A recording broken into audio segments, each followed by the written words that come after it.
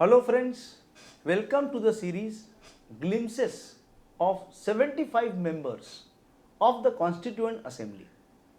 In this particular episode, we will see the personality Moturi Satyanarayana.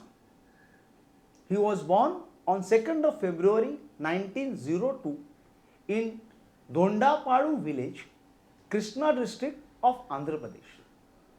He obtained his graduation degree from National College, Machhalipatnam. He was the member of Dakshin Bharat Hindi Prachar Sabha, and during 1936 and 1961, he tried to promote the growth of Hindi in South India. He was an active promoter of Hindi language. He was elected to Constituent Assembly from Madras on Congress ticket. He spoke on various issues in the Assembly. He was of opinion that Hindustani should be made the official language. He spoke as regards what is the basic concept of constitution. He played a major role in making Hindi as India's official language. So let's read some of that. 9th of November 1948.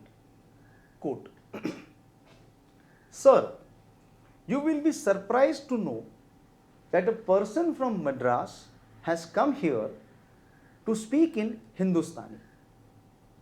The general belief so far was that all the members from Madras would like to speak in English. I am not surprised at this.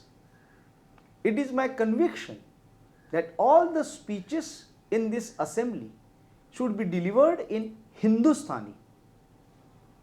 I see that even the members from North speak in English only.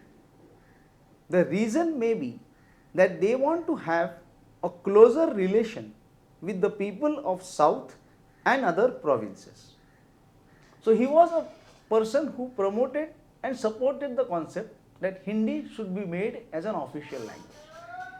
We are thankful for his contribution in the making of the Constitution of India. Thank you.